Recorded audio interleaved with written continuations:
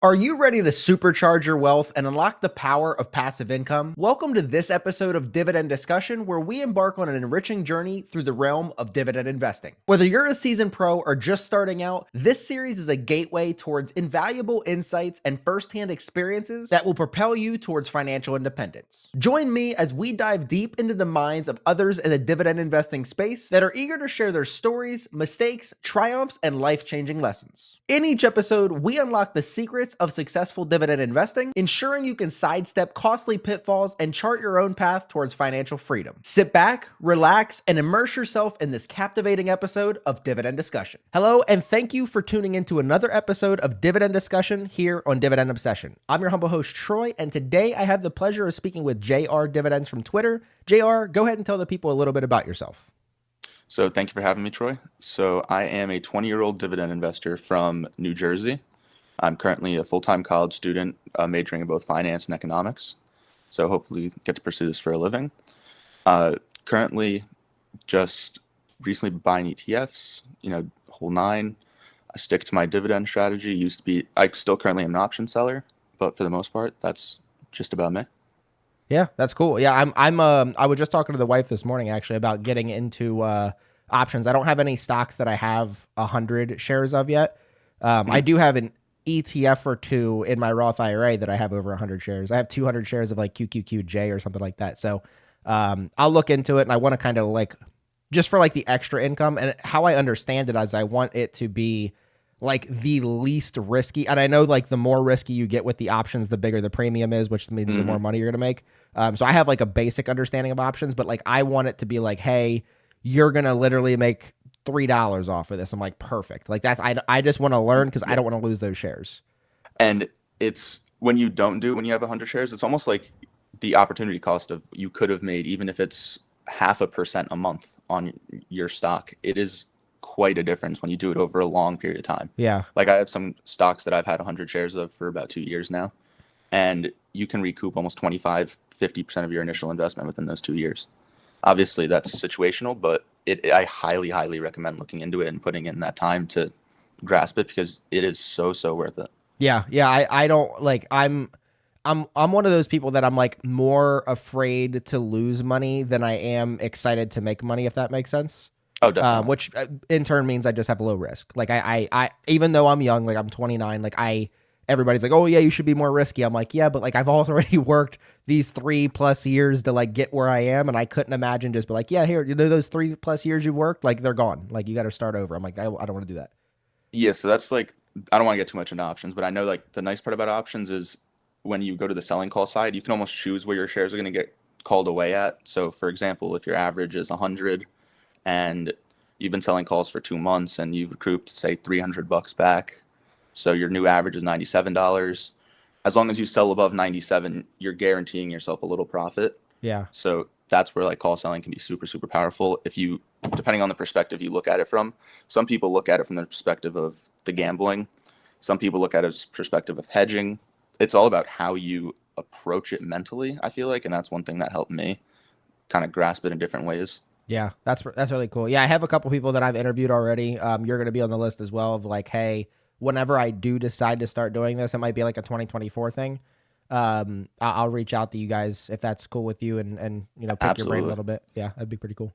But anyway, okay, so I want to know you being 20 years old. I'm from Pennsylvania actually, so we're like almost neighbors. Okay. I'm not living in Pennsylvania anymore; it's too expensive up there. But Yeah. so I want to know you've so you started, I mean, you're 20 now. So like when did you begin investing? And then what got you like tweaked towards the side of like dividend investing? I know you said you do options and stuff like that, but like why are dividends interesting to you? So this might be a little bit of a long answer, but I feel like it'll make the most sense. Yeah. So I started investing when I was 15 or 16, I want to say. I got introduced in middle school through like a simulation game that we were doing in my history class.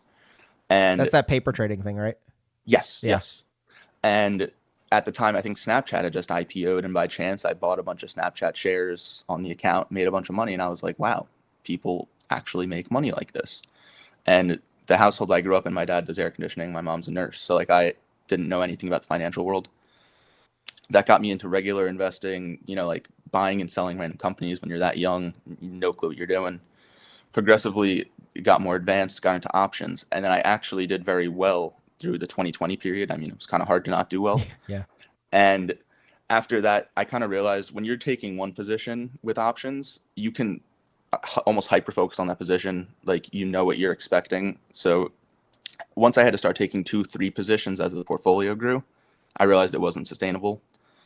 Went to college, realized I didn't have enough time. So I was like, you know what? I'm going to need a new avenue of investing if I want to continue to do this. And that's where dividends came around. So I came onto Twitter. I saw all these other guys making, obviously, they have a lot more invested, but I see like, oh, $200 a month, $100 a month in dividends, like doing nothing. And I'm like, huh, let's look into this. Sounds too good to be true. And obviously, everyone has their own approach of doing so. And I took my own approach. I started with single stocks, started moving into ETFs, and that's how I basically got addicted to the dividend game, to where every dollar you deposit, you see your little number go up, and it just makes you want to keep going. Yeah, yeah. That so you're talking about the Patty, the projected annual dividend income, where and that's it's a cool thing to focus on, and it can also be dangerous because then people Oh, try to figure out like, oh, what's the quickest way I can get this to go up? And then you buy a yield max fund, and then yeah, it looks great for now, but like you don't need the money yet. So that's one of the things I harp on the channel all the time is just like understanding your timeline and your horizon of like when you need the money. So many people out there exactly. are trying to make it to where they're making $1,000 a month now, but they don't need the money for 20 years. I'm like, why do you care what you're making today? You need that much. Would you rather $1,000 today per month when you don't need the money? Or would you rather $5,000 a month when you do need the money? Completely. And Uh, that's where like total return comes into Yep. where if you're going to invest in, I call them yield traps. I don't know what you call them, Yeah. where you Yeah. have those companies like, I don't know if you remember Zim, where it Yep. was trading at like 112% dividend yield, complete trap. Yeah. Definitely sustainable. Yeah. Yeah. Yeah. Yeah. And uh, I think I even did the same thing like QYLD when Mhm. it was trading around 22. I think that was the first thing I started buying. And then I realized this thing goes literally nowhere in the upwards direction, literally only has downside risk. So that's when I really got into like, all right, I have to avoid these, focus on these, like blue chips, ETFs. That's my portfolio is public. And you can see that's mainly what I focus on is blue chips and ETFs. And yeah, that's how I try and avoid my yield traps. But sometimes it is hard because some of these companies you can see like a 4% or like a 3M where it's around 6%. Mhm. And you got to question, is that a trap or is it indicating something else? So it's not Yeah. always as black and white Well, as people yeah, and expect. the trap part of it is I don't know. This is the first time I'm thinking of this, so you can see my gears turning. But like, I feel like personally, a trap is it has to be a certain percentage, and under that percentage is basically not necessarily a trap, but it's almost like the opportunity cost. Like whether you're going to invest in like a 3M or an AT&T or Verizon or something. I always pick on AT&T, Verizon. It's the easiest ones to pick on. But like whether you're investing in those, it's not necessarily that some of those might be or Johnson and Johnson, like stuff like that. Some of those might not necessarily be bad investments. The question is, are there better investments? And it's Yes, specific to you, your timeline, your risk tolerance, like so many things. Like your criteria that you select your stocks by. Like maybe Johnson and Johnson fits your criteria, but it doesn't fit mine or whatever. And there's no I always say there's no like right or wrong answer. There's just a good like a good, better, or best option. Um, completely. so I mean, it's kind of one of those things. Like, so I don't know. I kind of separate like yield traps. Like to me, a yield trap are the yield max funds. They're not a yield trap if you need the income, but like Zim yield max or Yeah, Zim is the yield trap, and then completely agree. Yeah, yeah, yield max is kind of like good for situational use if you are retired and you need the money. Like, okay, well, instead of getting, your 13% from JEPI or something, like now you can get 55% from TSLY. Like that's different and it makes sense. Like as long as you know the money that the 10 grand you put in there is either going to probably hover somewhere around 9,000 to 11,000 and it's not going to change much, but you're going to get your dividend income per month, which is what you need at that time. So, um, okay, so completely next, agree. yeah, so next question for you is what I know you so you've been when did you actually start I know you said you did the paper trading when you were around 15, but like when did you like real hard cold hard cash, when did you start putting that in there? I believe 15.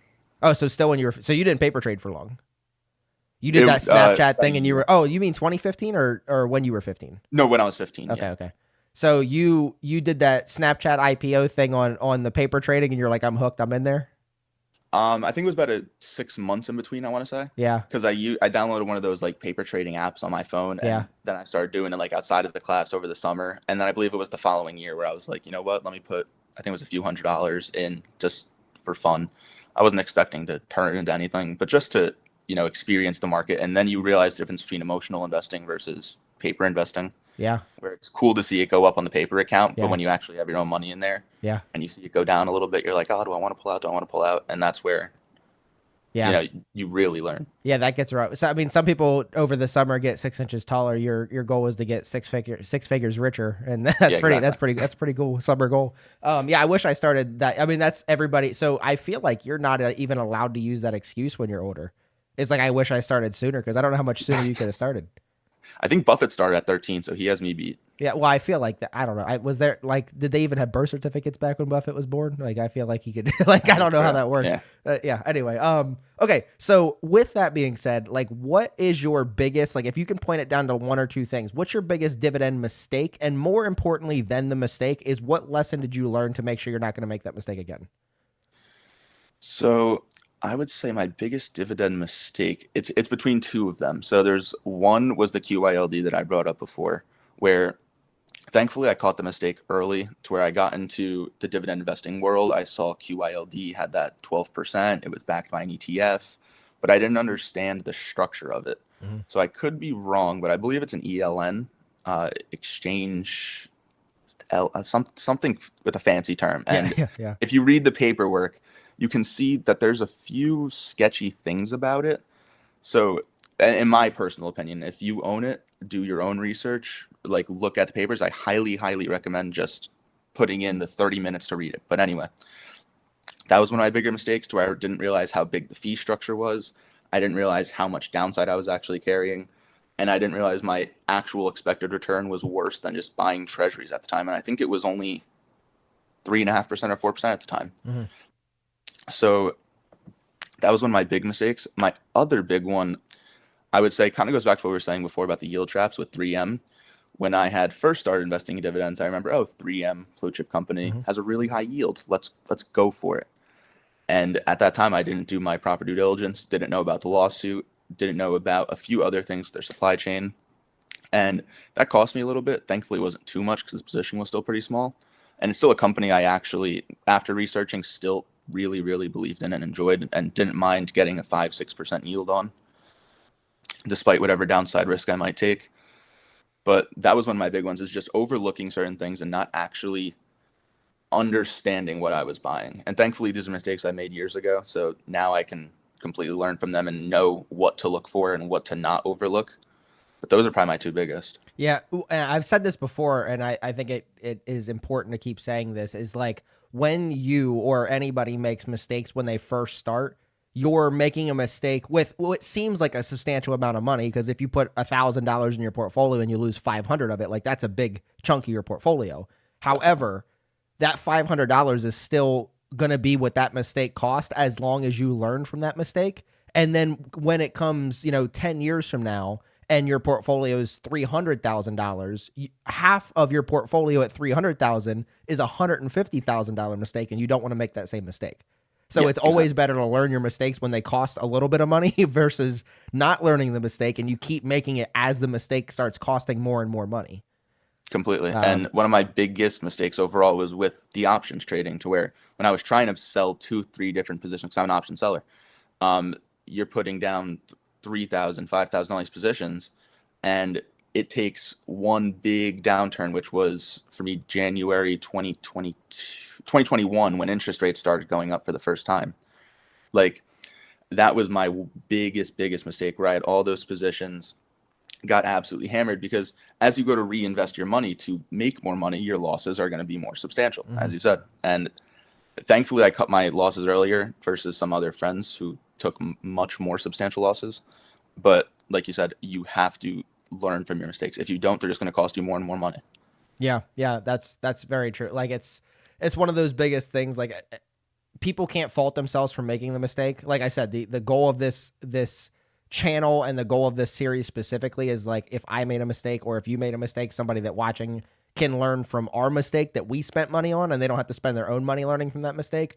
I know that's not, 100% reasonable for everybody to do that. But the idea is not only, you don't want to run from the mistakes, you want to make the mistakes, but you really want to step back and be like, don't pretend, oh, I just had bad luck, or I just had this, or it was just that one thing. Like, really step back and understand Exactly. the whole decision, why the decision was made, why the decision didn't work, and then what can be made or what can be done in the future to give the decision or the outcome a more positive spin, or how you don't make that same decision because you know there's not a positive outlook on that decision. So yeah, I really like that. I like that you made your mistakes and you seem to be learning from them, which sets you up for decades worth of success, which is pretty cool. So Yeah. um Thankfully, I made these at 17 and yeah, 18, so now I have the rest of my life to yeah, not make them again. exactly. I mean, you'll definitely make more mistakes in the future. Like, For it's sure. one of those things where you make a decision today based on all the information and knowledge you have today, and then like 3 years from now, this is like a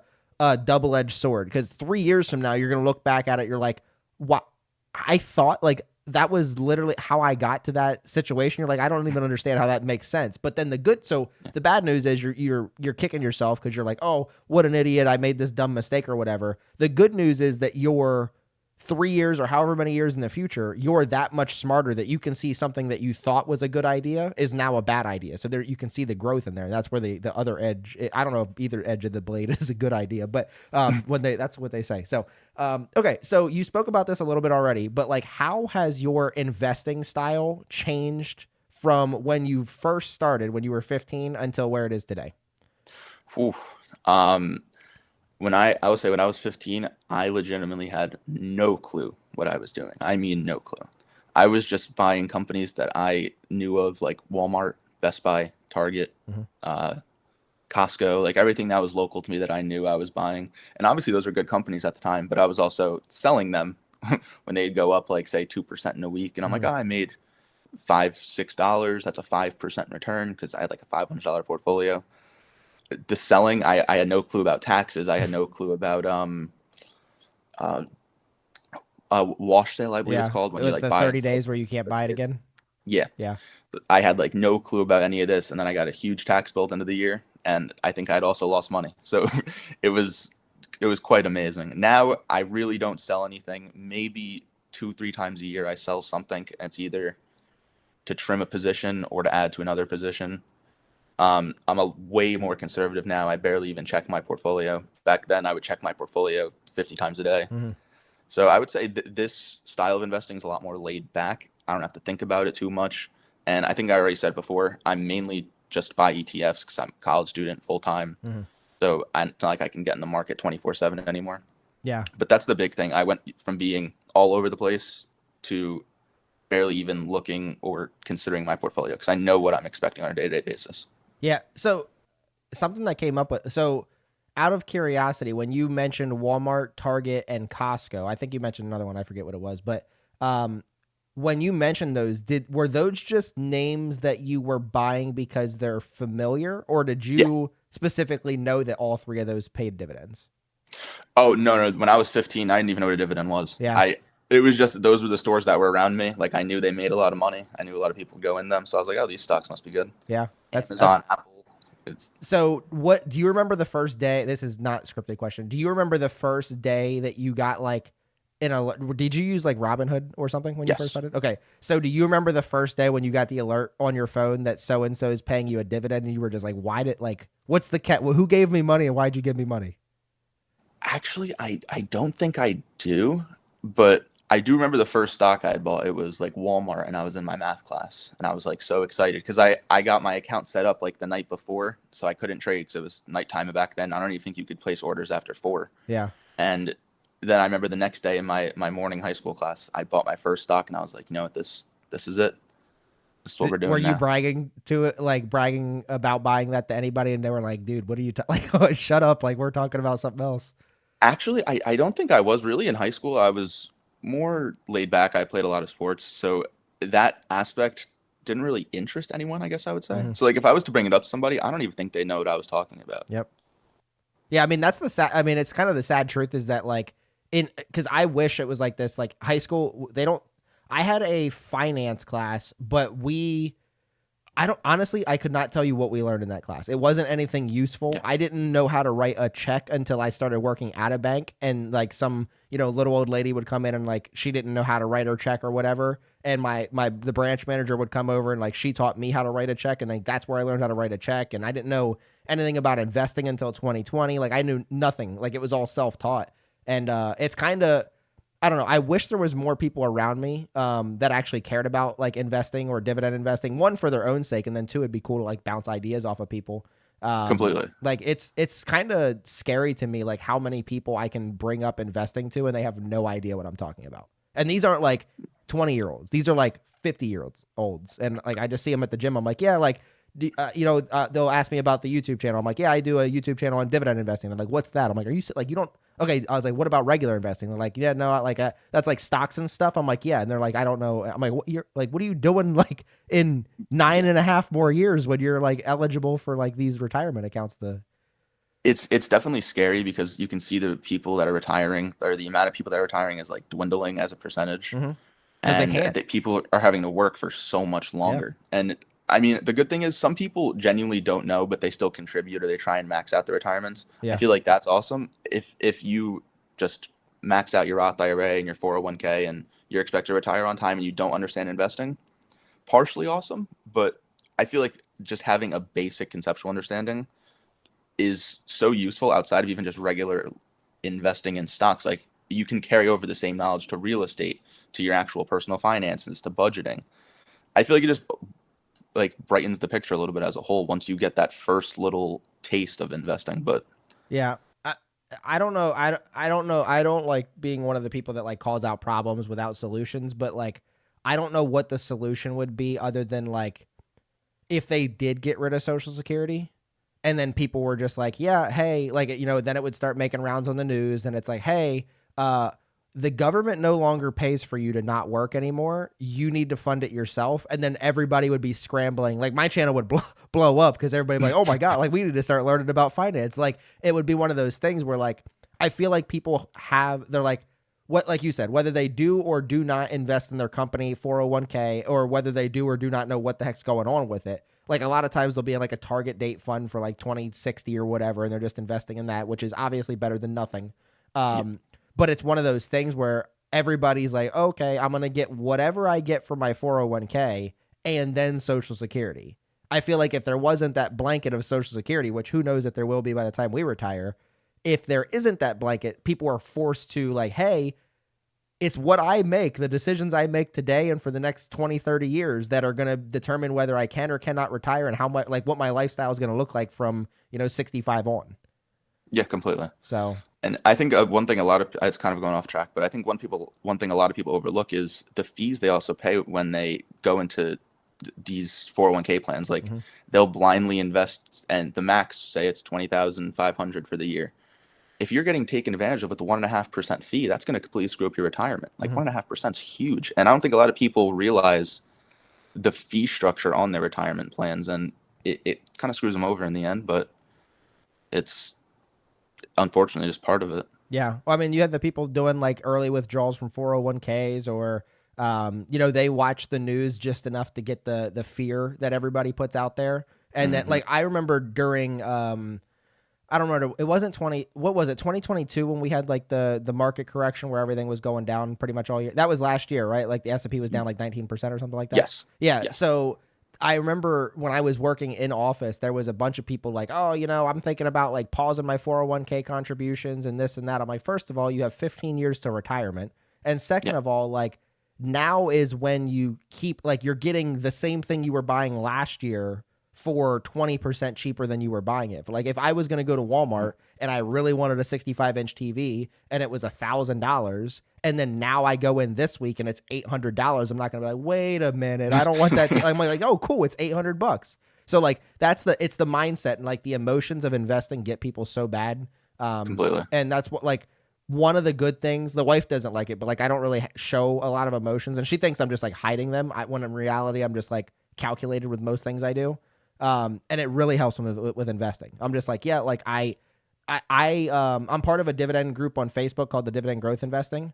Hmm. And it's a giant, it's over 70,000 members, I think. Wow. So if you're on Facebook, definitely join that. Really good group. That's like one of the only things Facebook still does really well is their groups. I mean, there's a bunch of crappy groups, but like some of the groups are really good and worth being in. Um, but like I see so many people like they'll post about like their daily performance and stuff like that. I'm like, that's exhausting. Like who Yeah. cares? I don't care what my stuff does today. I don't care what it does next week or next year. Like I need it in 22 years, technically 21 Hmm. years now because I'm 29. But like my goal is to retire early at 50 years old. So like to me, today, tomorrow, next week, next year's fluctuations don't matter to me. Like if I everybody every time somebody tries to predict a crash or the recession or whatever, they're like, "Oh, what do you guys think?" I'm like, "I hope it goes down 99% tomorrow." Like that's my Yeah. goal because I can get a lot of Exactly. stuff for real cheap. Completely. And everyone's like, "No, you don't mean that." I'm like, "No, I do." Like, yeah, it stinks for like everybody that needs their money, but like for my sake and for anybody that's around my age, like that would be like the COVID crash. You might have been in a better position than I was because I started in like around April, May of 2020 is when I started getting into finance, Okay. which was right after the COVID crash and like into the rebound of the COVID crash. And everybody's like, man, you did like really, like Dave said this to me in my interview with him. He was like, man, you had really good timing. I'm like, well, that's assuming I knew what I was doing when I started, which I don't think Yeah. anybody does. Cause I No. was just like, okay, like buy this stock. I was backwards calculating dividend yield and all kinds of stuff. And I was just like, okay, like how can I, if I would have today's knowledge during the COVID crash, I'd be Oh, killing it. forget it. I Yeah. would definitely be in a much better position Yeah. to. So to me, it's just like I'm not sitting here, holding on the dry powder or whatever everybody wants to call it, waiting for the next thing. I'm just going to continue to invest. And then I have like emergency funds and stuff like that. If something were like that were to come up, I could like use some of that money to like seize the opportunity, I guess you want to call it. But Yeah. yeah, I don't know. But anyway, I don't know how we got onto that. But anyway, okay. So next question is what are some of your short term and long term goals with dividend investing? Hmm. So actually, yeah. So my one short-term goal, I posted it. It was on New Year's morning. It was to get to 500 projected annual dividend income by the end of 2023. And I know we talked about the yield thing before. I try and keep my yield below 4%. It's nothing specific, just so I know mentally like I have this amount weighted in ETFs. Because I also keep my portfolio 50% plus ETF weighted. So that helps me keep the balance of not going for too high of yields Mhm. and not going for too, I don't want to say too low of yields because it really doesn't matter as long Yeah. as total return is there. But my short term goal is definitely 500. I would say long term goal, I would ideally like to retire before 40. Depends. New Jersey makes it very difficult. Yeah. If I was to relocate, I feel like that goal would be a little bit easier. And I also have the ability to enter the workforce a lot younger than other people because I'll be graduating college by 21. So I'll start working full time and be able to contribute. So that's definitely my two short term and long term. Yeah. So, not professional advice, whatever disclaimer I'm supposed to say. So, like, my, if I were you, I think I can say it like that. I would once you do like a regular job, personally, I would just do employer match in your 401k because especially if you plan to retire at 40 or before 40, you got to figure like pretend it's 40 years old. From 40 to 59 and a half, you can't touch that money that you're putting away anyway. Same thing with a Hmm. Roth. Now, Roth is still good because it's like tax advantaged kind of thing. So I don't know if you have a Roth yet, but the Roths are like they keep raising the amount you can put in there. It's like triple tax advantage, or no, Roths are just regular tax advantage. HSAs are really good; they're triple tax advantage if you want to get one of those. Um, That's new. I've but never yeah, heard of I have a video on my I think it's under my playlist. I have a playlist on the channel called like New Here, Watch These Videos or something like that. And it's like some of my best content, just like overarching good dividend ideas, like ideas to think about like for you. Like one of the is called the path to retirement and like how do you choose your path? And basically it's like, hey, here are however many steps. It's like 7 or 8 steps that you're gonna take no matter what. But based on your goals and when you plan to retire, there's a different order to those steps. So like that's where I'm also falling that. into because like if I plan on retiring at 50, I have 9.5 years that I need to live off of money that I'm making to or that I'm going to be making in my dividends before I can touch those accounts penalty free. So Yeah. like you don't want to put max out whatever it is $23,500 in your 401k even if you can afford it because that you're just going to lock that money up for darn near 20 years that you can't touch anyway. Yeah, and the argument people will make against that is they're like, oh, well, you can borrow against your 401k, and borrowing involves fees. Yeah, no, yeah, like So it like still offsets the total return. yeah. Why I don't understand like it's like to me that's just like okay, if you know you're gonna have to cut off your foot, would you rather cut off each individual toe or just cut it off at the ankle first? Like, why Yeah, would you rather go through all the pain in the meantime when you could just get it over with in the beginning? Like, I don't understand. completely. Yeah, I don't. I just thought I don't know if that's a good analogy or not. But anyway, so yeah, I do like that. The I like the way that you said that you have your passive annual dividend income goal of 500 for like you just and it's not even like that you want to make 500 for 2023. You just want that number to say 500 by the time you leave 2023, which is cool. And then Exactly. you also set a like a yield cap, which is really smart because like you said, you could literally sell all your stuff today, put it in TSLY, and you're already at 1,500. Then you did it. Good job. Yeah. Like congratulations. But like you see the bigger overarching goal, and it sounds like you kind of have like a yield minimum too. Which to be honest, if you have a yield maximum, I don't really think you need a yield minimum. Yeah. Because like if your max is 4%, like you're probably hovering in the mid threes, I would assume. Yes, Yeah. and I have stocks that don't even get paid dividends. So, Yeah. You have like Amazon and stuff like that. yeah, Tesla. Disney is one of my Oh, biggest okay. ones. Well, hey, they're supposed to bring it back. I don't know if you believe in them Yeah, still, but they've been saying it all year. I'm praying this yeah. quarter Hey, after these they got. signings. Well, I mean, they got 2 months left, so they better hurry up. Unless they're pulling an Honestly, Elon and they're just going to keep making predictions that they're not, but follow through that on. their ESPN deal is looking really well. They made like 3 billion off that, I believe. Yeah, So, I mean, at least they have some type of cash to start paying out. yeah. I mean, who knows? I know they had that. What they had Bob Chapek or whatever his name was as CEO picked by Bob Iger, and then Bob Iger. Chapek, it whole thing, and then they have this one dude. I watched Joseph Carlson's channel, and he was talking about it in his last video, and he was just like, yeah, like they're trying to get this new guy as a board member, and not that he has like experience in the industry, but clearly the people that are at Disney that have experience in the industry don't know what they're doing. So it can't be any worse. Like, like okay, yeah, you have experience, but you're underperforming the market by a lot every year, like losing money. Like maybe somebody else with like a fresh outlook is what you need. So That company has drove me insane the past three yeah, years. Believe me. yeah. Well, it's one of those things like that. That's like the quintessential like falling knife company where you're that one and like not that they're in the same realm, but like AT&T is kind of the same thing. Like anytime AT&T drops, everybody's like, "Oh, I'm going to buy more of AT&T." I'm like, "Yeah, but here's the problem: is AT&T's only dropped like you'll get like Yeah, a 2% spike and everybody loses their mind. They're like, "Yeah, we're doing. It. I told you guys." Then I'm like, "Yeah, but you lost 4% last week. Like, what are you doing?" Like, I don't know.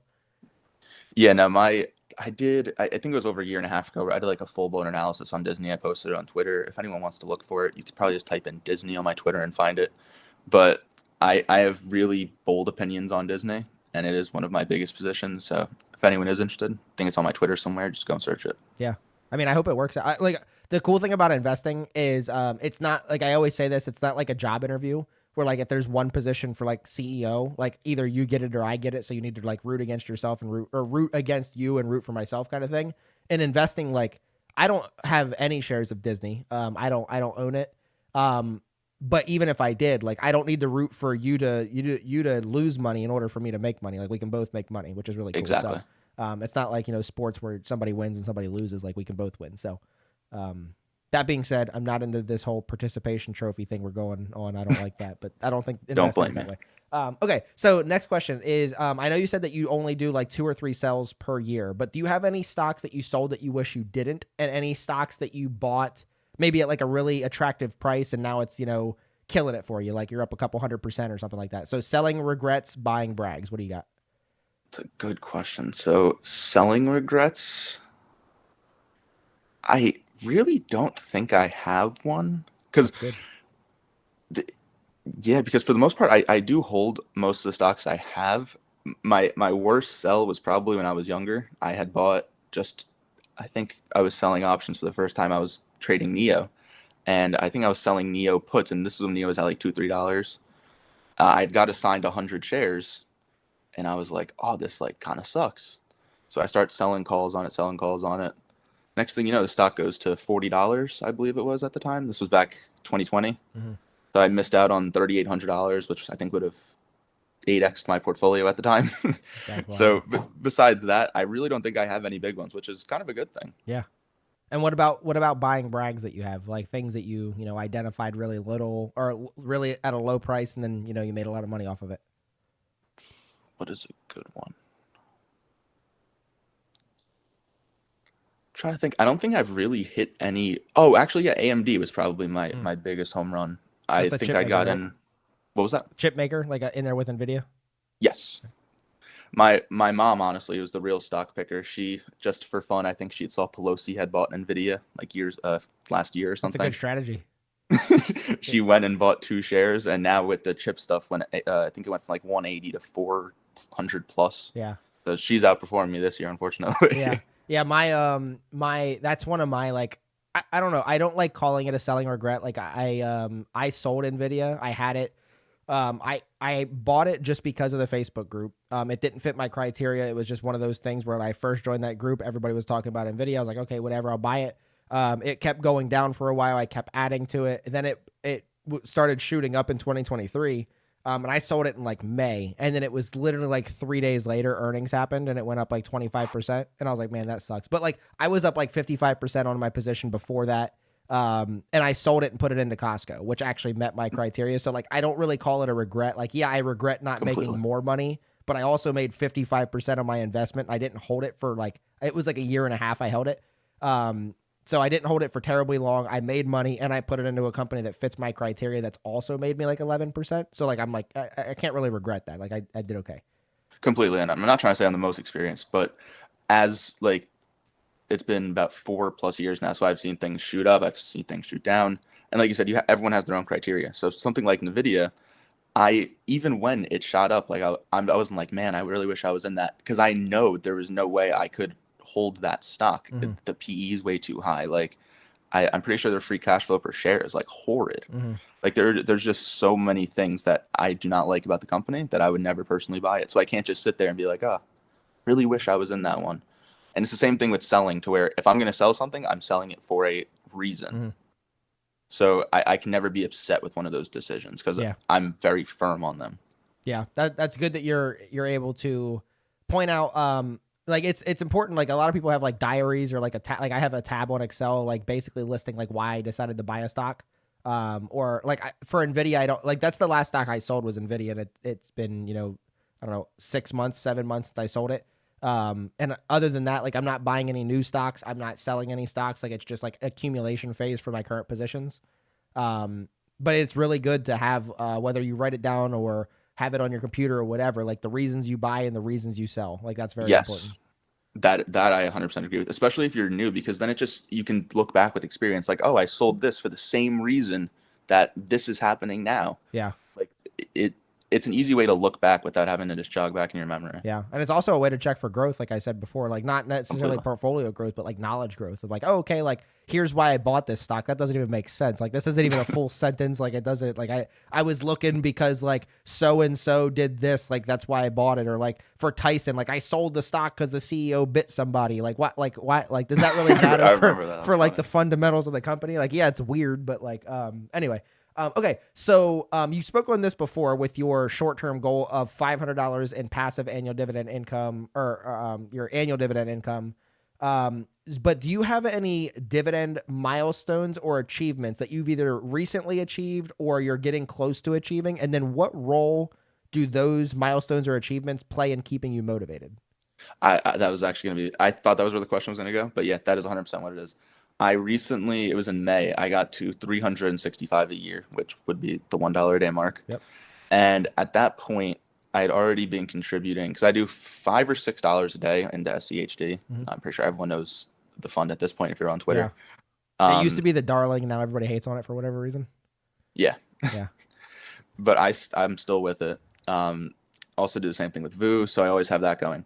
But seeing those, not just seeing the number go up every day, but just truly knowing, like, all right, you start getting those paychecks, you start seeing them come in, they're larger and larger and larger every year. And at that point, I'd already been going for a year. So that's what really keeps you going. Like you see, oh, that $4 dividend hit my account. That used to be $3.20. Mhm.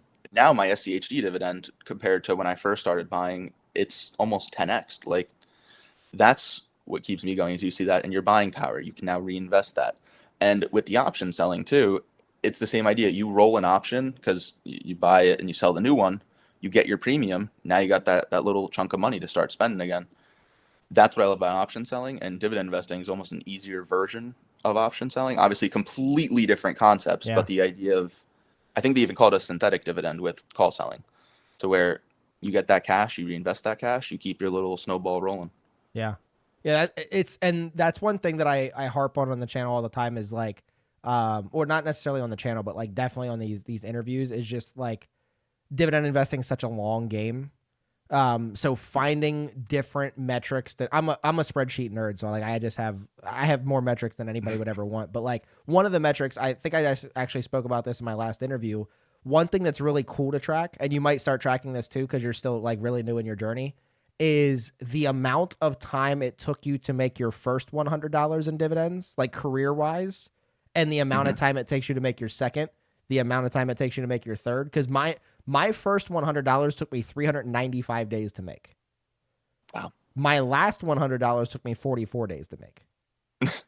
Which Yeah, is like, and that's just be like, and at a certain point, like I'm gonna get to a month where it takes me like 15 days to make the next 100, but it's not. It's just like getting the average days to go down over time because like that is kind you're of gonna cool. have like, oh, okay, well I got paid on the 15th this month, but I only get one dividend payment in October, but I get 5 dividend payments in November. So it's one of those things where it's like, okay, I'm obviously gonna way quicker go to the next 100 when I have 5 payments coming in versus just the one in my interest payment or whatever. So Yeah. that's just a really cool thing that I like tracking. I have on my spreadsheet. So actually, we're recording this on November 4th. On November 6th, I think, is this coming Monday, is when my portfolio recap for October comes out. So I encourage you or anybody else that hasn't seen that yet to go watch that.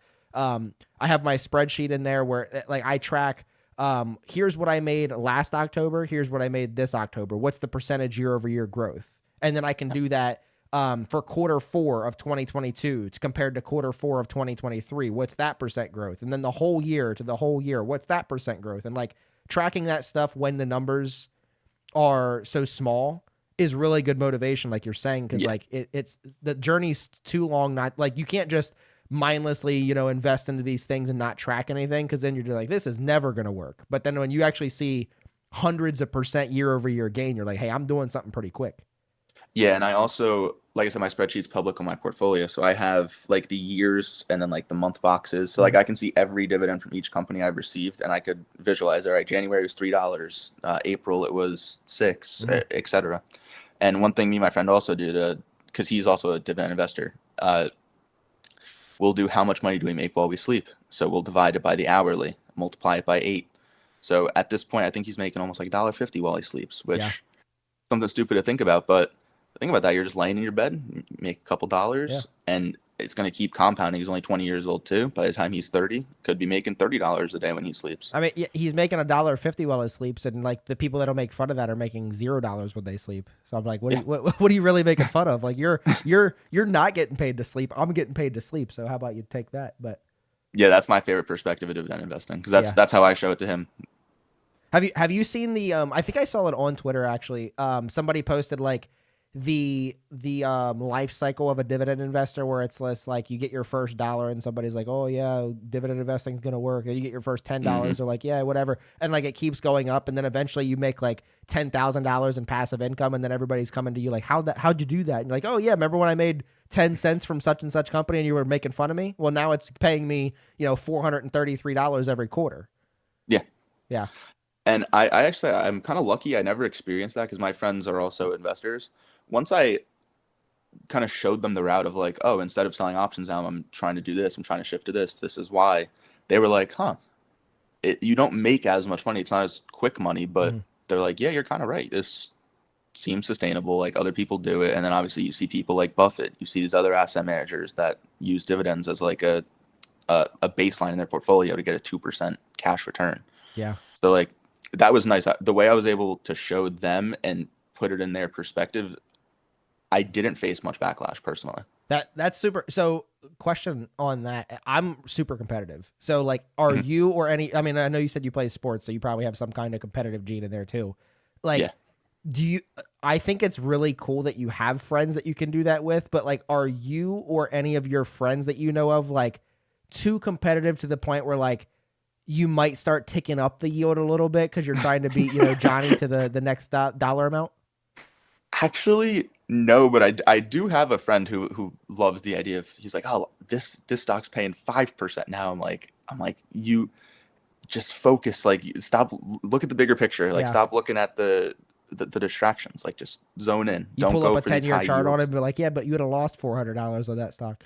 Yeah, Yeah. like an AT&T or a Verizon, Yeah. and then Yeah. like I show him the bigger picture. He's like, yeah, you're right, you're right. Yeah. That's good. So like Yeah. If you sometimes, guys can keep yourself grounded, because like if I'm glad that I don't have, well, okay, so right now it wouldn't matter. Like if I had like a best friend or something that was like into dividends, it wouldn't matter because like I'm so entrenched on like what I'm doing and why I'm doing it. So none of their influence would matter to me. However, if I would have just first started with dividend investing and I had a group of friends, I would have definitely been that friend to be like, oh, you think you're gonna get to $100 before me? Like watch this. Like here comes Zim, boom, I'm at $150 already. Like it wouldn't have mattered for anything else. Like I would have just been competitive with that. But until I like switched my mindset of like trying to see like I don't know whose portfolio can get bigger because like that's a good goal because like it's like okay, this is money that you actually have to invest and you want to invest in smart companies because you invest in Zim and you lose 60% of your money, like you're not going to be yeah, going up no matter how much money you add. So that's kind of cool. I like that dynamic that you have with one, it's a group of people that are young that are investing, and then two, you guys have that little soundboard that you guys can bounce ideas off of and like help each other stay on track, which is really cool. So yeah, no, it's helped so much. I mean, and if you have any of those friends, we can just interview your whole circle if you want. If you have any of those friends that are interested in coming on here and telling their story and whatever, I'll be sure to have those on too. So you can hit me up on Twitter afterwards and let me know if any of them would be interested. But Honestly, I'll shoot him and ask. yeah, just see what they want to know. Okay, so here's a question that I am really excited to hear and you can actually like ask your friends this too. So in dividend investing, we know it's a long game. We know that you want to retire early, and we know that you want to live off of the income created by your portfolio. So those are things that we've established during this interview. However, knowing that dividend investing, there's a snowball, and what you could make in the year 20 versus the year 21 could be substantially different. How and when will you know when enough dividend income is enough dividend income? I actually will say it might even be a little too early to answer this question, just because currently I'm in New Jersey. Mhm. Realistically, the goal I have now wouldn't be possible in New Jersey. It just realistically isn't. If I want to go and buy a house right now, it's almost $4,000 plus a month. Yeah, I can that's imagine gross. Oklahoma, it's a little Yeah, cheaper. I that's why I like it out here. Like we're about to build a new house. We can probably get a 3,200 square foot brand new house, like 4-car garage, the whole 9 yards for like 400,000. Yeah, that could get me Yeah, that could get you a a townhome. 1960s shack, Like, maybe. yeah, it's wild. Hey, there's But enough room out in Oklahoma, and we're growing pretty quick. So if you wanna change it, I don't know if you're a basketball fan or not, but I've been to like 223 straight Thunder games. I was gonna ask if you were a Thunder fan. That actually makes me I was happy. at the game last night for the play-in tournament. That was definitely a goaltending basket interference, whatever you want to call it. We got robbed, so that was unfortunate. But yeah, We're gonna come back to this at the end because yeah, I okay, want to hear about the Oklahoma Thunder. yeah, yeah. But um, how would I say enough is enough? Ideally, I wouldn't cash out the portfolio. Like a lot of people when they retire, they're faced with, do we cash it out or do we live off returns? Mhm. Living off returns at that point is 100% the way to go. And even if it's not possible for me at 40, if I work for 5 more years, I feel like that's not the difference maker, because those 5 years of returns are probably equivalent to the first 12, Yeah, if that math is correct. yeah. It's probably somewhere in that range. But um, living off the returns, I feel like it's 100% the way to go. Mhm. I'm not a super bougie person. I don't spend a lot of money. I save majority of my income. So as long as most of those things stay constant, I think 40 to 45 is that range where I finish. And you're talking years old, right? Not income. Yes. Okay. Yeah, sorry. So so um so you are, and that's kind of the way. So you're not going to look at if you need to retire at 43 as a failure, even though 40 was your goal. Cause like, that's one of the things that I'm battling with is like, okay, if I like, say, I change these numbers. I feel like every interview, but like, say I'm making $72,000 by the time I'm 50 years old in passive income. But if I wait one more year, I can make $81,000. Like to me, $81,000 a year is way better than 72, obviously. But like, mentally, will I feel like I didn't achieve the goal that I set of retiring at 50 because I worked till 51? So like you don't have that dynamic going on in your head, or you just want to get the end goal where the end goal is. I would say no, and that's probably because I haven't started working yet, like truly, truly working. Yeah. I think that's what the one difference maker, because I could go into something and I could genuinely enjoy doing it Yeah. and not want to retire. It could be like retirement to me. I just go in and have a great time. Obviously, finance usually isn't like that, Yeah. Yeah. Yeah. but still, you really never know. Like, I feel like I have to get a true work experience for 3, 4, 5 years to get a good gauge on that answer. Yeah. Well, and it depends on like you said, if you end up moving, your dynamic with your family, your whether you start a family and have all that stuff to take care of, Mhm. whatever your hobbies are. Because like I just was off for the last like 5 days. I mean, I worked Tuesday through Friday this week, but I was off like Thursday through Monday, because my aunt was in town, and like going back to work's always so hard. Not like the waking up part, but it's just like man, like I really enjoyed getting up, doing things around the house, going out, doing whatever I wanted whenever I wanted. Like all that's so fun to me.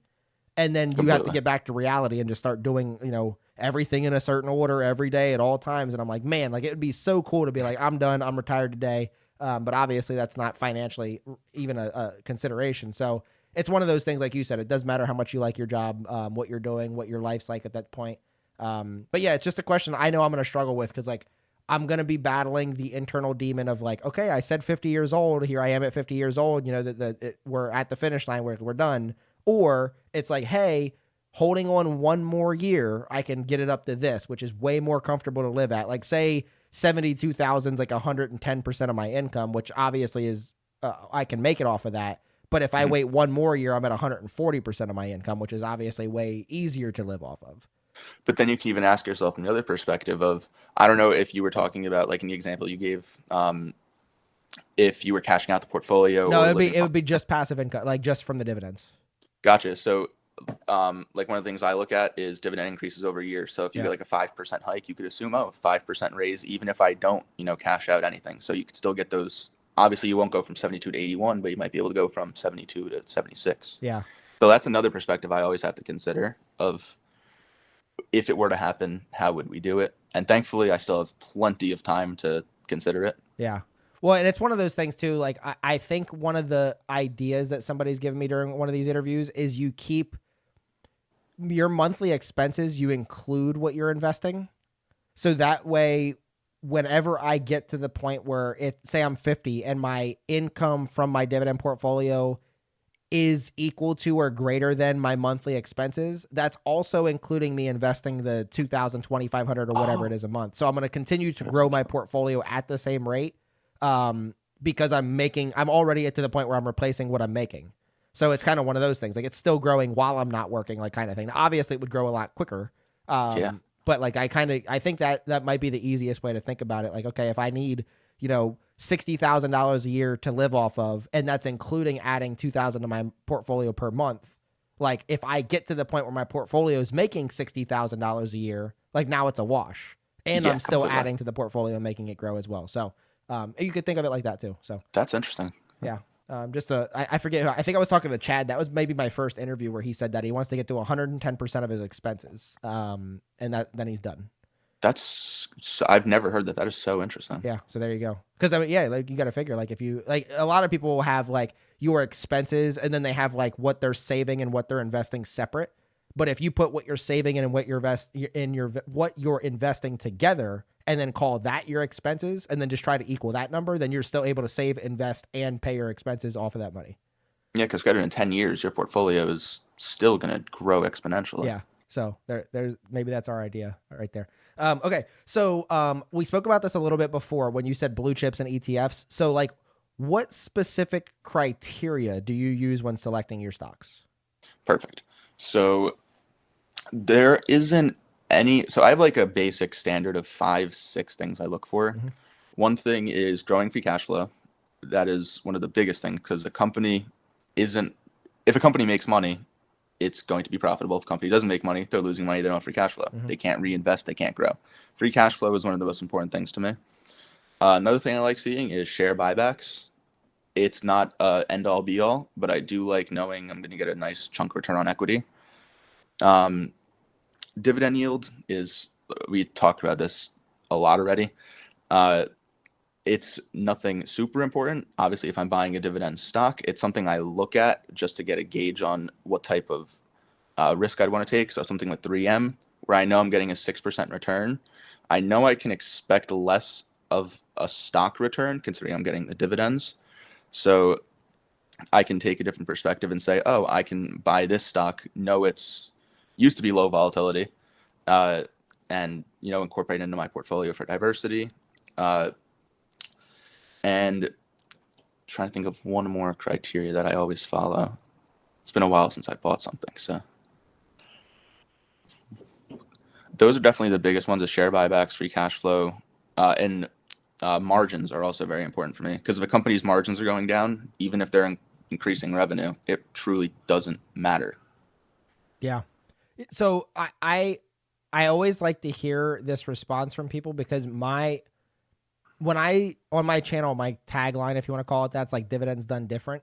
And that's personally just because like I don't want to say I don't have the time because it's not like I'm, 100% efficient with all the time I spend in a day, but like I don't I don't know. I don't feel like diving in as deep as a lot of people dive in, but I still want to invest, and I still want to invest in individual stocks. I still want to invest in ETFs. So the question I ask myself is how simple can I make questions that one, I understand, and two, other people for the sake of the channel would understand? And how many things can those simple questions encompass that are actually way more detailed than this? So like I don't know if you've ever seen my video on like what my criteria is. It's 3 simple steps. That's it. And this isn't like some tagline YouTube video thing. This is quite literally what I do. So like one is it has to have a dividend streak of at least 5 years. That Okay. shows to me that if you're paying and growing a dividend over 5 year, at least a 5 year period, like you're not one of these like, oh, we're going to pay a dividend, then we're going to suspend it, and then we're going to pay it, but then we're not going to raise it for 3 years. Like clearly hmm you're able to not only grow your company, grow your earnings, grow all the stuff, but you're also able to do that and forecast it into the future where you're going to be able to pay that dividend for the next 5 years and then the next 5 years after that and stuff like that. So at least 5 years. That's one of my criteria. Second criteria is I like a dividend growth rate.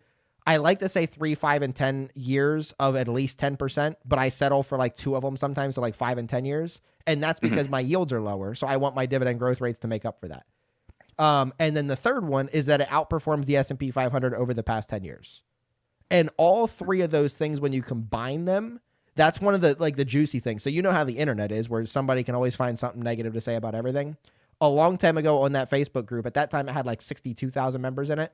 I posted on there and I said, hey, I don't know that I'm smart enough to understand a lot of the complicated stuff everybody talks about. My question is, here are my 3 simple metrics. Can anybody use these 3 simple metrics to find what you would call yourself a bad stock? And nobody was able to find one.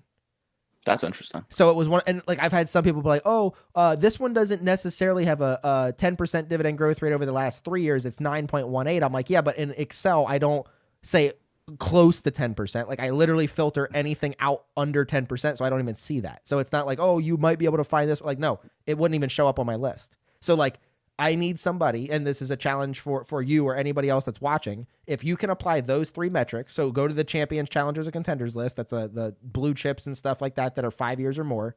Go to that list, figure out the ones that have outperformed the S&P 500, and then filter it by the ones that have a 3, 5, and 10-year dividend growth rate above 10%, and let me know which one of those is a bad stock. Like you can I look at believe balance it. sheets, you can look at all the extra fancy stuff that everybody else knows how to read that I don't. Like look at it, and I guarantee you it's gonna. Because so Joseph Carlson on YouTube, he's really really big YouTuber, super smart dude. He has all these metrics and stuff like that. That's cool. Like that's cool for him. I don't understand that.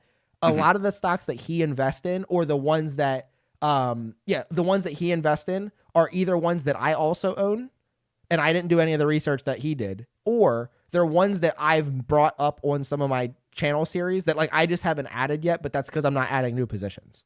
So like Intuit is one of those, MasterCard is one of those, stuff like that. S&P Global is one of those, like stuff like that is stocks that he owns that I've brought up hundreds of times on the channel that I say, hey, this stock fits my criteria. This is a really good look. Like other people should look into this. I just, like I said, I'm not adding the new things, but like he owns, or he wanted to own Visa. He's brought that up. I own Visa. I own Apple. I own Microsoft. I own Pool Corp, which is one that nobody ever talks about, but that thing is I, a killer. that's a Yeah. fantastic. And like that, like, so it's one of those things where like, I don't know, this is the longest winded response to your answer, but like, it's one of those things where like, that might be something that you work on because you're so young is like, this is the goal outcome that you're trying to reach. How simple can you make a question that might not only accomplish that goal outcome, but also another goal outcome that you have? And like, what does that like simple metric look like? Because at the end of the day, if you can make your metrics really simple to where it's 2 or 3 metrics, but it encompasses 15 metrics in one of those things, then you're killing it. No, completely. And I will say that is where I believe you're a data analyst, so you definitely are familiar with it, Yeah. where having skills, whether it be R, Python, Excel, makes your life so much easier, Yeah. especially if you have access to good data, which thankfully I'm a student. I have access to Bloomberg. I have some of the best data I could possibly access, and it makes my life a lot easier as well Yeah. Yeah. because you Because can just manually filter those things. yeah, to me, like I also, they obviously this isn't like a diagnosis or anything, but like I call it like informational paralysis, where like the more information I know, the less decisions I make because I'm just like, okay, this, like for example, PE ratio, metric I never use because PE ratio changes from not only sector to sector, but it also changes within the industry, and then certain stocks within the industry and the sector trade at premiums to other PE ratios because they're like that stock or what. Like Costco is the example. Like Yeah. Costco is And what. NVIDIA from earlier. Yeah, exactly. Like some of those stocks are like, oh, this is way overvalued. I should never buy it. And Nvidia, you might be able to argue that case. But Costco, if that were the case, I would have never bought Costco because it's overvalued. But yet it's up 11% and it never seems to go down. Like it's just Yeah. always trading at a premium. And maybe it does go down. Like my cost basis when I first bought was like 497 and now I'm up to like 506 or something like that. But that's just because it keeps going up and I keep buying it because like I'm just like, okay, there's an off chance that it could go back down to 480 or something, and at which point I'll keep buying it. But in the case where it doesn't, I'm not going to sit here and hold and with oh yeah, I got my 2 shares at 497, or I could get 6 shares at 506.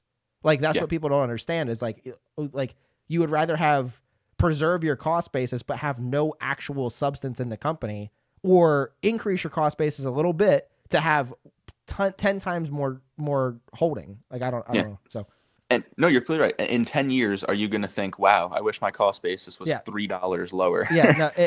So that like that, I have a video on the channel called "Stock Price Doesn't Matter," because I don't honestly like I genuinely believe that, and the reason behind that, like spoiler alert for the video, is because of dollar cost averaging and fractional shares. Like you can literally buy a stock, any stock you want for $1. You just buy it, you hold it, and you just keep doing that. You can get fractional of a share. You can keep building. Even Chipotle, I think, is trading at like $1,800 per share or something like that. Like, good luck holding if you don't have fractional shares till you get $1,800 just to buy one share. And then what happens if it goes up $50? Now you got to wait next week's paycheck until you get $50 more to put it in there. So like those two things, I just it's one of the ways I take emotions out of my investment decisions. And I'm just like, okay, how can I keep buying this stock? I buy literally every day. Like I put my money in, I put $2,000 in at the beginning of the month. I divide it by the number of trading days in that month, and then I have my allocations that I want everything to hit. And it says, okay, if you want to invest 21 times into Costco this month, you need to add $5.62 to keep it with your goal allocation. Boom, done. Just do it every day. Like, yeah, I could put $50 in a week or whatever that comes out to. I don't know. But like I could do that. Or $5.62 a day. I don't care whether the stock goes up, the stock goes down. I just buy every day.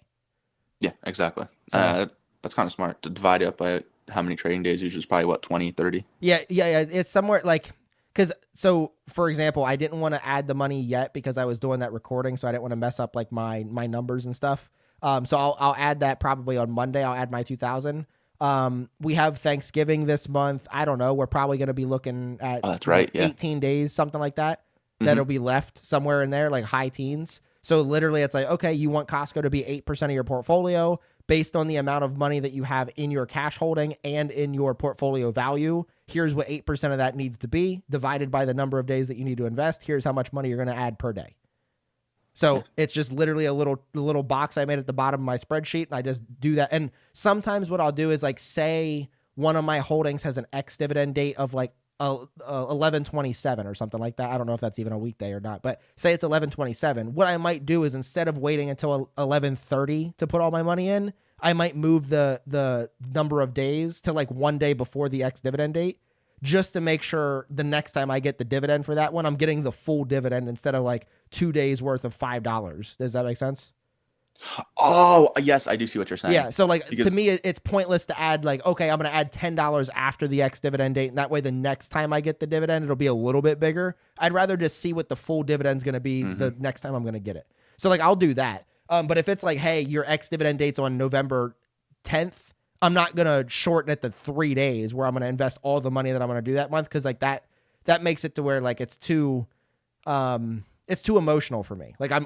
I'm doing this because of this. Like I don't want to do that. Like I just want to invest because I want to get rich. Like I don't want to invest because I'm trying to beat the X dividend date that's in 2 days. Like I don't want to do that. So that's a um really good perspective. I like yeah. that. So like I said, all my stuff I'm really calculated and stuff like that. So like I just try to like how can I take any and all emotion out of investing because like I said, it's such a long game. You have the FOMO of not buying a stock, the FOMO of buying a stock. When do I sell this? Like all these things that people hmm think about. And like that's why the market changes so much is because everybody, whether you have these hedge funds that are, the big whales that can like influence the market and stuff like that.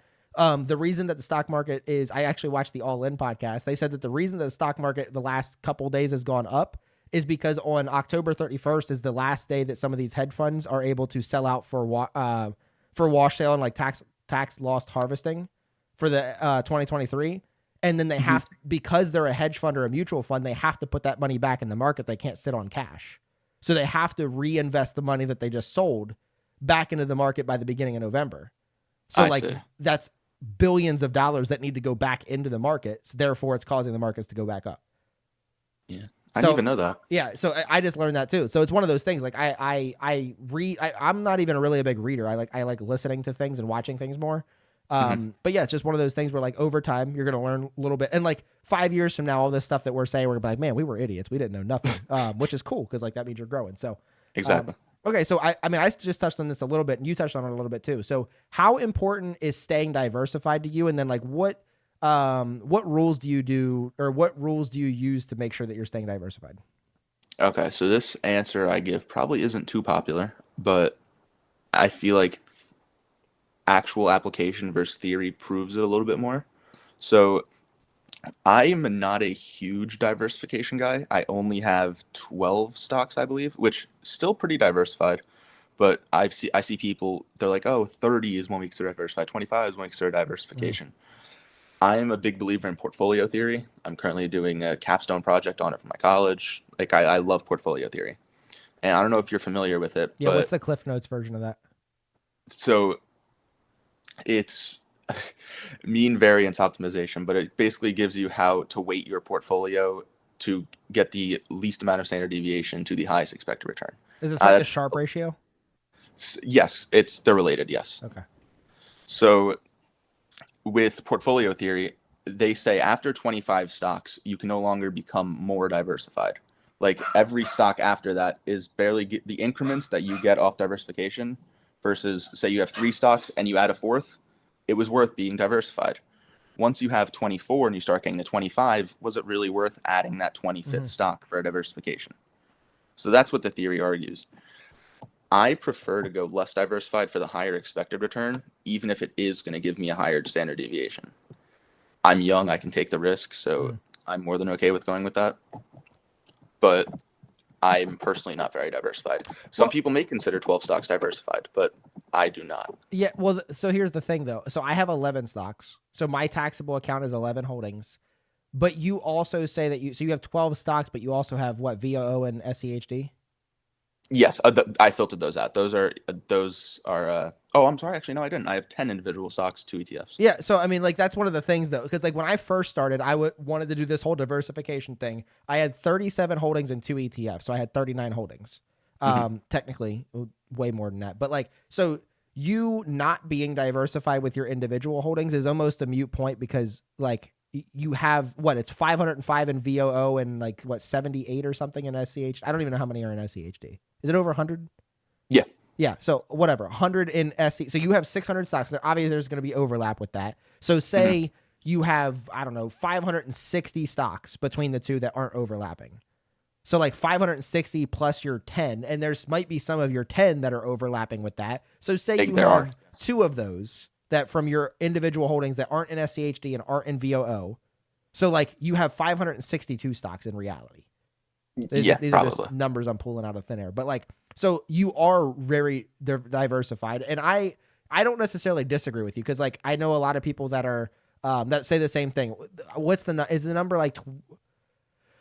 I think it's like 24 to 32 or something is like the ideal, quote unquote, ideal diversification or whatever. And you're not supposed to be over a certain percentage in each sector and a certain percentage in each individual stock and stuff like that, like 5% in a stock and 20% in a sector or something like that are the numbers. But Yeah. there was an interview I did with Kenyon a long time ago. He was probably like my seventh interview. And he said that he doesn't diversify at all. He goes, it makes no sense to him to look at his portfolio and say, hey, I have, because he's a really big investor into Broadcom. Okay. AVGO. And he was like, Broadcom's been killing it for me. He goes, why would I take money that I was going to put into a stock that's killing it for me when I could and put it into like AT&T just because I have nothing in communication services? Like, why would Yes. I want to force myself to make a bad decision when I know this decision's more risky, but it's a better decision? Like, why would you want to do that? And I'm glad you asked this because this is literally something I did personally in March, where pre-bank crisis failures and everything that happened, the only thing I really didn't have in my portfolio at the time, I think, was financials. Mm-hmm. So I was like, you know what? I know I was looking at the wrong things. I'm like, I don't have a dividend paying me in this month. I don't have this. I don't have that. Let me try and look and see if there's anything that might be able to satisfy these and fit all my other criteria. Obviously, couldn't find anything. And I'm like, huh, you know what? Maybe I should just buy Bank of America or JP Morgan just for the extra diversification. But if I can go and invest in, say, SCHD or VU and get a 9% return, when I'm investing in the banks, I'm getting a 7. Obviously, it's all in theory and expected returns. But what's it worth? I Yeah. could literally get a higher return without diversifying, and it would make no difference. Yeah. I mean, at the end of and you said it is more like you're acknowledging that the risk is there, but also it's one of like it might be I think it was 2 interviews or 3 interviews ago. I was interviewing I forget what her name was, but I was interviewing her and she was saying like she works in the healthcare industry, and I'm like maybe you have a bet like for you are getting into the finance industry, so over time, especially once you get like your real job, you're going to start to get an understanding of the finance industry that regular people might not have. So Yeah. like you could do that and then maybe more of your portfolio goes towards finance, or maybe you see the finance industry and you're like, I don't want any of my portfolio in this. And like you go like, but you'll have the knowledge to make that educated decision of whether you want a lot of your portfolio or none of your portfolio or somewhere in between in that sector that you know a lot of things about. Yeah. So, yeah. And I don't entirely advise this, but realistically, what is the most efficient thing for me to do would probably be to just go all ETFs. Mhm. But I feel like there is like I obviously love the stock market. Stock picking is fun to me. So there is also that part to where I enjoy stock picking. I enjoy the thrill. It's not entirely a gamble because these companies are obviously part of the ETFs, so they're going to I don't want to say they're going to do well because you really never know, but there is a little bit of thrill to it where you're just, oh, I'm picking a stock, I'm trying to beat the market. And if I wanted to make the most money possible, I wouldn't do this. But Mhm. this is what I like doing and it's what I have fun doing. So that's what I do. Yeah, I mean it's the same way with me with the channel. Like I have no ETFs in my taxable account, and that's the one I show the most on the channel. Is just because like I need how I really couldn't do much for a YouTube channel if I'm just like, yeah, here I bought VOO this month, guys. Like that wouldn't be really fun. Like video over Yeah. 30, that'd be a short. Like I don't know, but so I have the individual holdings, but the goal is still over the long term. So I crushed the market last year. I think I was down. I don't know if I was down. I don't remember. I think I was down like 7% last year, and the S&P was Wow. down 19%. So like I killed the market last year, which obviously I still lost money, but like I way outperformed. And then this Yeah. year I'm right in line with the S&P 500. Like you said, like at the end of the day, if it's 20 years later and all I did was perform with the market, like it was more the fun and for me the ability to create the content. But at the end of the day, I could have just done a lot less work for the same results, which, Yeah, it exactly. is what you don't know until you know kind of thing. So, but there isn't a chance that like over the course of the next 20, 22 years, like I outperform the market by 0.5% every year. And that's a lot of money. Yeah, So like, especially over that's like a what you're 20, going 30 year for. period. Yeah, exactly. So you just, I don't know, you just kind of, you stay with all that stuff and you just see if it works out. Now the people that don't do well are the ones don't, that don't care about their returns. They just want the dividends. And then I'm just like, okay, well, not only could you have gotten a dividend from VOO, but instead, like now you have, $50,000 in lifetime dividend earnings, but you're only making $12,000 a year because you lost all your capital and now your portfolio is worth $300,000 you've been investing for 20 years versus my portfolio is worth $1.5 million. I'm making $56,000 a year in dividend income. And I did your goal and my goal at the same time. Like it just took us this, like at the end of the day, the paths are the same length. You just got to the finish line first and then took a nap right before you crossed it. And then I just kept going. So it's kind of, I don't know what we're talking about anymore, but it's all important stuff for somebody. So, diversification. That's what we're talking about. Yeah. So Yes. I don't disagree with you. I don't own a lot of stocks. I have all my ETFs in my Roth IRA. So I have VOO, I have SCHD, my QQQs in there, VNQ for my real estate. I don't own any real estate in my taxable account because it's not tax efficient. And I don't own any communication services in my taxable account either because I don't have any stocks there I like.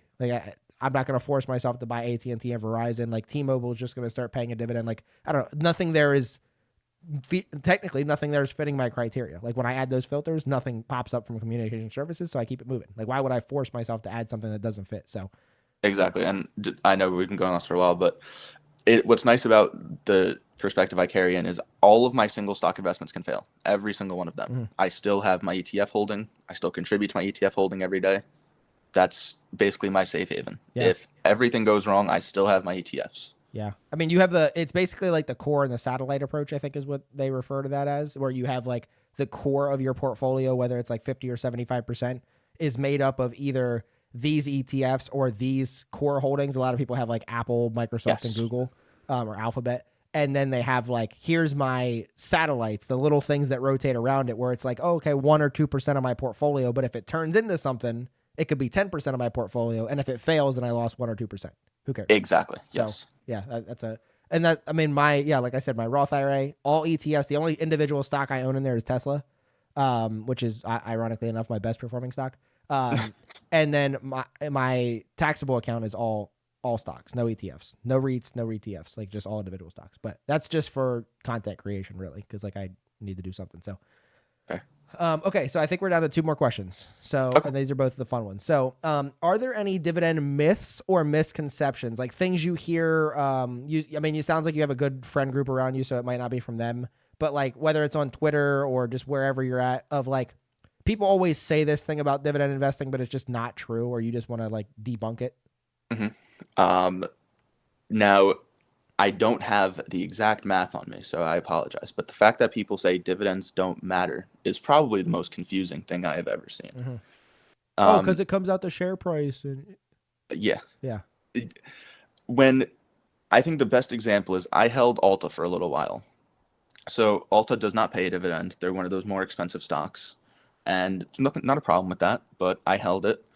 And not to say that it really irritated me, but the fact that I knew I was up on the position.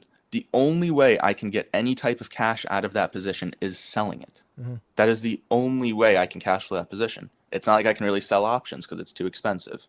It's not like I'm going to get a dividend. Doesn't give a dividend. So it's going to force me to sell said growth stock to acquire cash. Now, that doesn't have anything to do with dividends don't matter, but it does matter to me. My whole goal is to cash flow my portfolio and keep the ball rolling. I have the options selling. I have the dividends coming in. So I'm selling calls on dividend paying stocks. That's the end goal. So the whole goal is to get the cash rolling and rolling and rolling. When I have those stocks like Alta, it just doesn't fit my portfolio. So that's one thing that bothers me. But when we go back more towards the dividends don't matter thing, if you just look at the S&P 500 with and without dividends reinvested, what else do you have to be given? Yeah, I bring up that chart a lot of times where it's just like, yeah, they say dividends don't matter, but yeah, what is it, like 60 something percent of the S&P 500 returns over like the last long period of times is from dividends. Yeah. And then like to your point, like I love that you brought that up because like the idea, so when people make that assumption of like, oh, I'm in growth stocks, dividends are this, like it's lower, like people are assuming that we're talking about the stocks where the capital appreciation there isn't any, and you're getting a dividend instead. They're not understanding that there's stocks like Apple, Microsoft, Visa, stuff like that out there where I'm going to get capital appreciation in line or greater than the capital appreciation you're getting, plus a dividend that's growing at 8 to 12% a year.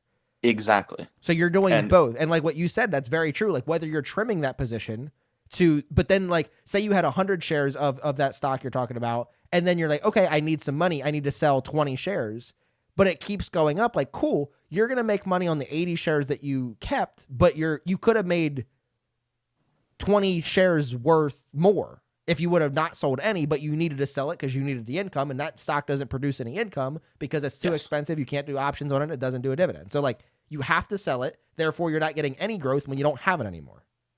and that's why I'm really specific about my vocabulary. Like I've been using the word total return a Yeah. lot because that's summing up everything: your capital appreciation, your Yep. dividends, and then obviously you subtract out inflation. But that's why I'm very specific with that, because people will say, "Oh, well, I returned this percent." Mhm. Well, is that with or without dividends, Yeah. etc.? Or Yeah. because you can also get a safe baseline of my portfolio is going to generate 4% in cash of whatever, if that's my yield of whatever my portfolio value is. You're not going to get that if you only have growth. Yeah. You It's don't get a guaranteed 2% return. it's the other thing with I actually had a couple of people that reached out to me that told me that like I educated them on this, which I had to educate myself before I could teach anybody else, which is another reason I like having a YouTube channel, is on like the difference between time weighted and money weighted returns. People have no like Fidelity gives you both, but people don't understand what the difference is, so they often just take the top number, which is time weighted. So for you or anybody else that doesn't know, like when you have time weighted returns, that's just assuming you put whatever amount you're investing into that stock or that portfolio one time and you just let it ride. Nothing was done, no money was added in or taken out of the account. Mm-hmm. That's not how most people invest. Most people add money in, some people take money out, but most people are adding throughout the year. You don't just get 10 grand to invest at the beginning of the year and then you don't add any more. Most people don't do that. Money weighted is exactly that. Money weighted is your return based on when you invested in something versus something else. So it's literally I added money January 1st for this, but then I added more money to that same stock on February 1st. And now it's that like it calculates all that. So money weighted is the return that most people need to go for. But when people on social media, when people on YouTube, when people wherever they're posting their returns, they always post the biggest number, which is typically time weighted, which assumes that they made the perfect decision all year, which they didn't. Yeah. So like that's Uh, something that I actually talk about on the channel. And I show literally the chart from Fidelity every year or every month that shows here's my yearly returns, here's what my year to date time weighted and money weighted was, here's what the S&P and all those other ones are. So that's really important to understand too. Yeah, and look, I think I brought up, I'm doing a capstone currently on the portfolio optimization.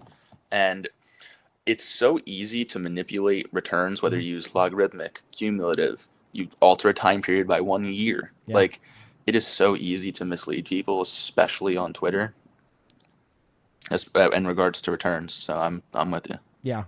People don't like. I see a lot of people, especially on Twitter, where they're just. I don't necessarily consider them like boasting or flaunting their returns because like I feel like most people are doing it from like a place where they're trying to motivate and inspire or whatever.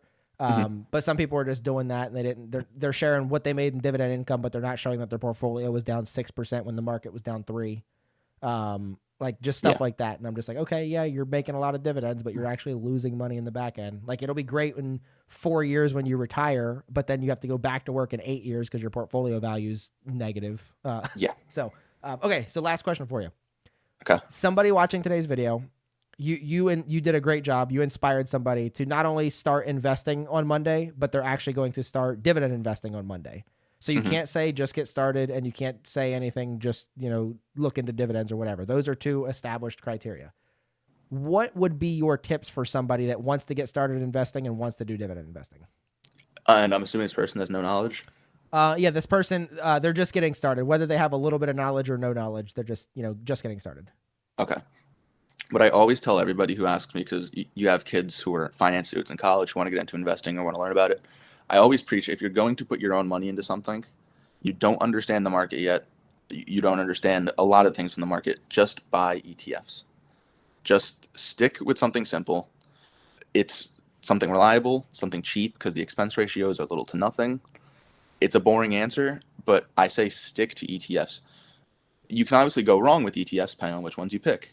But if you pick SPY, FOO, SCHD, despite people disliking it, like if you just stick to something simple, continually accumulate, and while you accumulate, you're going to be more interested in learning into what you're buying And that's going to drive the knowledge versus just going in there, burning money, and making the mistakes that I'm assuming both of us have made and having it cost you. If I would have just bought an ETF and progressively learned, all right, what stocks are in this ETF? How does this ETF get made up? And then like you go down that rabbit hole, you keep going down like it's like a tree. Like each branch, you branch off a little bit more. And over that time, you'll build your knowledge. I had a friend follow the same exact route where I said, just buy ETFs, buy ETFs, buy ETFs and learn, buy ETFs and learn.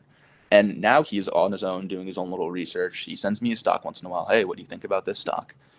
And this all started from him just buying ETFs, knowing nothing. So that's like the one thing I tell people to do. I've you said you haven't watched any of my interviews, and I feel like you stole my answer because that's exactly what, like verbatim, exactly what I tell people. Like the fallback plan. So the only thing that you didn't mention that I actually always mention on there is like the fallback is that you never care enough to learn, and you always have that fallback of an ETF where you're going to make 8 to 10% returns with dividends invested over the long course of time. So whether you're adding $50 a week or $50 a month, like that's still going into a good investment that you're going to have on your own outside of a 401k or whatever it is, and you never need to worry about it. Like just keep putting your money in there, you're good. And like you said, best case scenario, because VOO pays a dividend, and so do all the other ones you mentioned. So like you that's literally how I stumbled into dividend investing. Was I just got an alert on my phone that SiriusXM was paying me a penny in dividends, and I was like, why did they just like do I need to pay this back? Like what's going on? Like I had all kinds of questions, and you would do the same thing. You're gonna get an alert on your phone. VOO paid you $1.62 in dividends. You're like, why? What's a dividend? Why did they pay me? Whatever. You can start Yeah. going down the rabbit hole, like you said, or you don't give three craps about them paying you a dividend. You just want them to keep doing whatever they just did, and you just keep putting money in there, and that dividend's going to keep growing over time, and you're good to go. And once I get that text from him, like, oh, what is a dividend? And I tell him, oh, it's that little check they cut you every 3 months for owning their shares. Then I remember he was like, oh, they pay me to own this? Yeah. And then, like I said, that's when he went all in and started learning as much as he possibly could. Yeah. I 100% agree with you. Like that's really good advice for because I don't like to just get started like that. That's why I bring up that scenario. Just because like that's generic. Everybody's gonna say that. Like get started. Like there's no better time than today or whatever. But yeah, I 100% agree. ETFs are the way to go, especially in the beginning. Get your bearings, understand what's going on. If you don't, ETFs are a great only option because you're already diversified, and it's just gonna follow the S&P 500 if you do that one. And I feel like it's the perfect in between of sitting on the sidelines and not investing. And I mean, it would be getting in, and then the long term would be like, not the long term, the big barrier would be of something risky like a Tesla or an Amazon, something you see online. The ETF's right in the middle to where it's safe, it's efficient. Like you don't have to know a lot. It's just a perfect solution to somebody who knows nothing and wants to legitimately get started. Yeah, I mean it's literally the most passive way you could have passive income. Like Yeah. passive, we are doing one of the more active ways to have passive income where we're trying to research and find stocks that are going to pay us. But then we do that research once, then you're kind of done. You just do little maintaining researches after that. But like we're still being active to get the passive income, at least initially. Where an ETF, like I guess you're still technically doing the same thing, but you have to do that research just to like for an ETF, you're looking for like good long-term performance, which I would say is 8 to 12% a year over a long period of time. You're looking for a low expense ratio. Yeah. That's about it. Like that's really all you're looking for. You do a quick filter on wherever you want to filter, you can find it, you're good to go. So, yeah, I 100% agree with that. But anyway, JR, thank you so much for taking time to speak with me today. I hope other people, learned a lot from our conversation and were inspired by you being so young and having a group of also young people that are into dividend investing. That's super cool. If you want to go ahead and plug any of the stuff that you do, your Twitter, anything else you do, go ahead. Sounds good. Thank you for having me. This was honestly one of my favorite discussions I've ever had. I don't even know how an hour and a half passed. Yeah. That was so unbelievably quick. I try to keep these under an hour, and it never works. It's not like we're trying to extend it at all. Like it's just like when you get two people in a room passionate about dividend investing and like just getting on the topic, like you can just talk forever. Completely. Yeah. And you can find me JRDividends on Twitter. My LinkedIn, I think you can see my name on Google Meet, is the same thing. If you want to reach me out on there, talk about career stuff, whatever. I would say the best way to access me though is Twitter, but that is all the social media I have. Yep. And it's at JRDividends, all one word. Yes. Thank So you guys can find him on Twitter. I will link any of the stuff he was just mentioning in the description down below the video. So make sure you guys go give him a follow or hit him up for any questions and stuff. It'll be great to talk with him. So thank you again, JR, and we'll talk to you Thanks next for time. having me. And that concludes another insightful episode of Dividend Discussion. I hope you found inspiration and valuable takeaways from our engaging conversation. If you're hungry for more dividend investing wisdom, be sure to subscribe to Dividend Obsession and hit that notification bell to stay up to date with my latest interviews, tips, and strategies. Remember, the journey to financial independence is a marathon, not a sprint. Keep applying the lessons you've learned and stay committed to growing your wealth using dividends. Together, we can create a community of dividend investors sharing knowledge and supporting one another. If you enjoyed this episode, don't hesitate to share it with other investors that are equally passionate about the power of dividends. Let's spread our dividend obsession far and wide. But until next time, see you.